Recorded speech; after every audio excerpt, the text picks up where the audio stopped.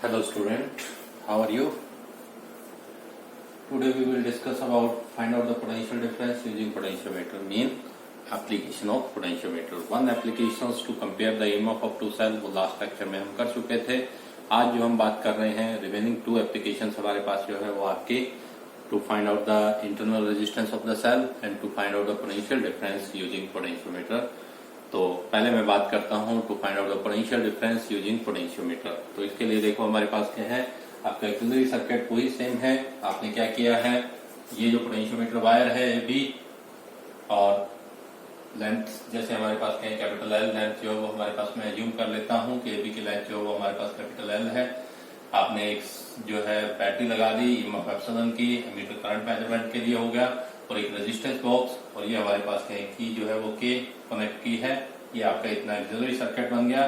फिर आपको क्या करना है, ए टर्मिनल पे एक अनदर रेजिस्टेंस R1 जो है वो कनेक्ट करना है, और इसके अनदर पॉइंट्स पे हमारे पास क्या है कि जो अनदर एंड होगी उस पे आप क्या कर दोगे, गैल्वेनोमीटर थ्रो जो की, और इस रेजिस्टेंस R1 के अक्रॉस आपको एक सेल लगानी है EMF एप्सिलॉन की और विद की K1. इतना आपको सर्किट जो है ज्वाइन कर लेना है. किसके लिए, to find out the potential difference using potentiometer wire. तो ध्यान देना, ये रेजिस्टेंस और ये सेल हमारे पास है अलग से. ऊपर वाली सेल एप्सिलॉन है, ये रेजिस्टेंस बॉक्स है जिससे हम सुटेबल रेजिस्टेंस जो निकालेंगे. कंस्ट्रक्शंस में जैसे जैसे आपने जो कनेक्ट किया है वो मेंशन कर दोगे, बाकी सारा कुछ वैसे ही है. वर्किंग देखो इसके हमारे पास क्या है, किस तरह से काम करेगा.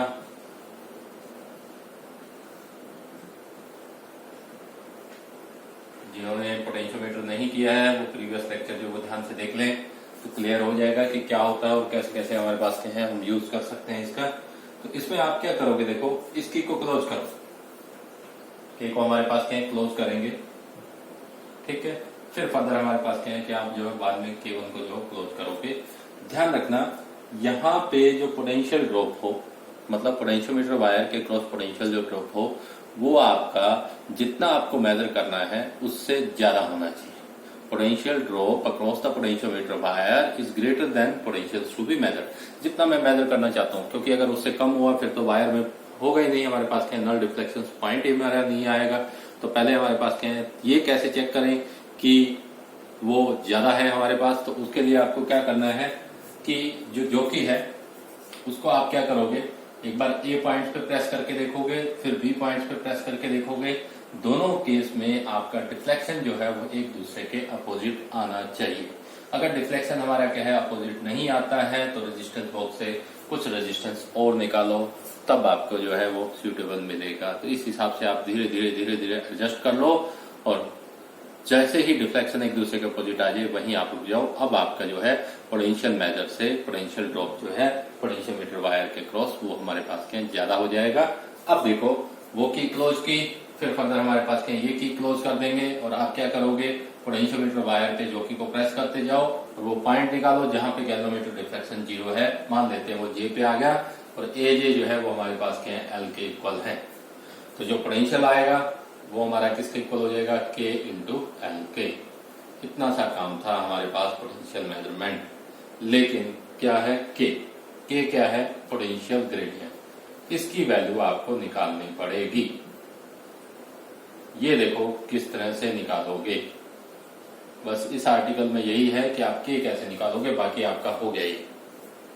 के देखो क्या है, पोटेंशियल ग्रेडियंट. पोटेंशियल ग्रेडियंट क्या होता है, फॉल ऑफ पोटेंशियल पर unit length. Fall of potential पर यूनिट लेंथ.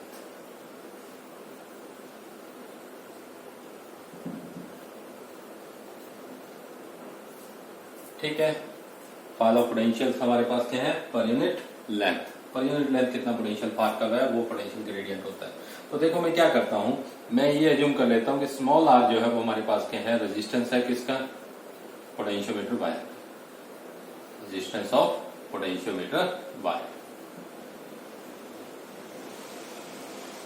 क्लियर है. एल हमने उसकी क्या है लेंथ मान ली वायर. टोटल रेजिस्टेंस देखो सर्किट का कितना हो जाएगा, स्मॉल आर, और इस रेजिस्टेंस बॉक्स से आर आपने निकाला है आर. तो करंट की वैल्यू क्या आएगी, कितनी ईएमएफ दे रहे हो आप, एप्सिलॉन. रेजिस्टेंस कितना है, स्मॉल आर प्लस कैपिटल. इतना रेजिस्टेंस जो हमारे पास आएगा. तो potential drop across potentiometer wire, potential drop across potentiometer wire. Potentiometer wire के क्रॉस जो है वो हमारे पास कितना ड्रॉप होगा, वो देखो क्या आ जाएगा। आई करंट है, आर उसका रेजिस्टेंस था, आई इंटू आर। तो ये बन गया एप्सिलॉन अपॉन, क्योंकि आई की वैल्यू एप्सिलॉन अपॉन क्या है, small R plus capital R into में आर। हमें क्या निकालना है, के क्या था, potential drop per unit length. Potential drop per unit length हमारा कैसे आ जाएगा, पोटेंशियल कितना ड्रॉप हुआ, epsilon upon small R plus capital R into में। ये कितनी लेंथ पे हुआ, एल लेंथ पे, क्योंकि एल लेंथ है ना, तो पर यूनिट लेंथ क्या हो गया, एल से इसको डिवाइड कर, ये के की वैल्यू आ गई। वो के की वैल्यू इस इक्वेशन में आप जो है पुट कर दो, आपका आंसर आ जाता है। तो ये आ गया epsilon upon small R plus capital R into R by L into small R. अब देखो आर इंटरनल रेजिस्टेंस है वो हम निकाल लेंगे। तो वायर का जो हमारे पास क्या है कि पर यूनिट जो टोटल वायर है कितना रेजिस्टेंस हमारे पास इसका है, एप्सिलॉन ईएमएफ आपने खुद अप्लाई की है, कैपिटल आर रेजिस्टेंस बॉक्स से खुद निकाल रहे हो, ये एल लेंथ हमें पता होगी, स्मॉल एल जो है वो हम एक्सपेरिमेंट जैसे होगा कैलकुलेट कर लेंगे। इस तरह से आप क्या करोगे, पोटेंशियल डिफरेंस जो है वो मेजर कर सकते हो, किसकी हेल्प से, with the help of potentiometer wire जो है वो हमारे पास मेजरमेंट की जा सकती है। नेक्स्टली हम बात करते हैं find out the internal resistance of the cell using हमारे पास क्या है, पोटेंशियोमीटर। पोटेंशियोमीटर की हेल्प से आप क्या कर रहे हो, इंटरनल रेजिस्टेंस जो वो कैलकुलेट कर रहे हो। तो इसमें भी वही करना है आपको, सेल, एमीटर, रियोस्टेट की इतना सर्किट आपका इतना सर्किट वही बन गया। थोड़ा सा चेंजेस क्या लेके आना है, यहाँ जो सेल जिसका इंटरनल रेजिस्टेंस आप फाइंड आउट करना चाहते हो वो यूज करोगे। इंटरनल रेजिस्टेंस जो है वो हमारे पास इसका जैसे स्मॉल आर है, चाहे तो आप इसमें सीरीज में दिखा सकते हो या इसके ऊपर या नीचे बना दो। और इसके क्रॉस आपको क्या करना है, की के साथ जो है एक रेजिस्टेंस आर जो है वो और कनेक्ट कर देना है। अनदर एंड जो है वो हमारे पास कहीं गैलोमीटर से कनेक्ट करो, तो जो की हो जाएगा हमारे पास। देखो किस तरह से निकालोगे, आपको वैसे ही करना है जैसे सारा पहले की तरह। ये सर्किट बस आपका चेंज है, इसको ध्यान दे लेना। पीछे वाले में ऊपर रेजिस्टेंस था, नीचे हमारे पास सेल थी, इसमें सेल ऊपर है जिसका इंटरनल रेजिस्टेंस हम फाइंड आउट करना चाहते हैं, और नीचे आपको एक रेजिस्टेंस आर जो है वो कनेक्ट करना है। क्या करोगे, देखो पहले आप इस की को क्लोज करोगे, के को हमारे पास के हम क्लोज करते हैं, सर्किट में से करंट फ्लो होना स्टार्ट हो जाएगा। आपको जो की को जो है वो हमारे पास इस की को क्लोज नहीं करना, ये ध्यान रखना, पहले इसको हम क्लोज नहीं करेंगे। तो अब अगर ये नहीं हुआ तो सेल इसमें से कोई करंट ड्रा नहीं हो रहा है हमारे पास, तो जो भी आपकी यहाँ पे वैल्यू देगा पोटेंशियल्स की, वो वैल्यू किसके इक्वल होगी, ईएमएफ ऑफ दिस सेल, इस सेल की ईएमएफ की इक्वल हमारे पास हो जाएगी। तो आपको इसको क्लोज करके जो की को जो है वो यहाँ प्रेस करो, यहाँ डिफ्लेक्शन आपका एक दूसरे के अपोजिट डायरेक्शन पे होना चाहिए, अदरवाइज रियोस्टेट से सेट कर लेंगे। फिर आपको क्या करना है, जो की को प्रेस करो और पॉइंट्स निकालो जहां पे गैलोमीटर डिफ्लेक्शन 0 है। मान लेते हैं ये पॉइंट्स J1 आ गया, J1 पे हमारे पास कहेंगे डिफ्लेक्शन जो वो आपका क्या आ जाता है, 0 आ जाता है। ये लेंथ मैं अज्यूम कर लेता हूं कि L1 आए। तो ये लेंथ जो है, अगर K पोटेंशियल ग्रेडियंट है तो K इंटू L1, इसके अक्रॉस जो पोटेंशियल ड्रॉप हुआ वो आपको क्या दे देगा, इस सेल की ईएमएफ जो प्रोवाइड कर देगा। तो एप्सिलॉन आपके पास जो वैल्यू आ जाएगी K इंटू L1 के इक्वल। इतना काम हो गया। अब आप क्या करोगे, नेक्स्ट जो है इस की को क्लोज कर दो, K1 को जो है वो क्लोज कर दो। अब ये रेजिस्टेंस जो वो हमारे पास के हैं इस सेल के साथ कनेक्टेड हो जाएगा, मतलब डिस्चार्जिंग ऑफ सेल जो है वो हमारे पास के हैं स्टार्ट हो गई है। अब जब आप निकालोगे दोबारा से वही प्रोसेस, अगर हम नल डिफ्लेक्शन पॉइंट निकालेंगे, इस बार जो है वो आपको क्या देगा, पोटेंशियल डिफरेंस देगा, ना कि ईएमएफ, क्योंकि अब इस रेजिस्टेंस के क्रॉस पोटेंशियल जो है वो ड्रॉप होना स्टार्ट हो गया है। तो फिर अनदर हमारे पास के सारा प्रोसेस वही रिपीट करके हम नल डिफ्लेक्शन पॉइंट फिर से निकालेंगे। मान लेते हैं ये पॉइंट आ जाता है J2 पे, और J2 जो है वो हमारे पास क्या हो जाएगी, L2। तो ये आपको देगी potential difference K into L2। Clear हुआ? जब सेल में से करंट ड्रान नहीं हो रहा था तब वो ईएमएफ के इक्वल था, अब करंट ड्रान हो रहा है तो ये आपको पोटेंशियल डिफरेंस देगी। तो V इक्वल टू क्या होगा, K इंटू L2। दोनों इक्वेशंस को आप डिवाइड कर दो, फर्स्ट है सेकंड है, बिल्कुल सिंपल सा मेथड है।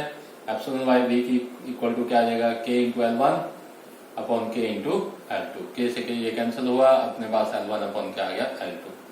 अब अगर आप सभी को याद हो हमारा पर्पस क्या है, to find out the internal resistance. अगर आपको ध्यान हो तो internal resistance of the cell small r क्या था, एप्सिलॉन बाय v -1 पीछे हमने डिफाइन किया था इंटू r।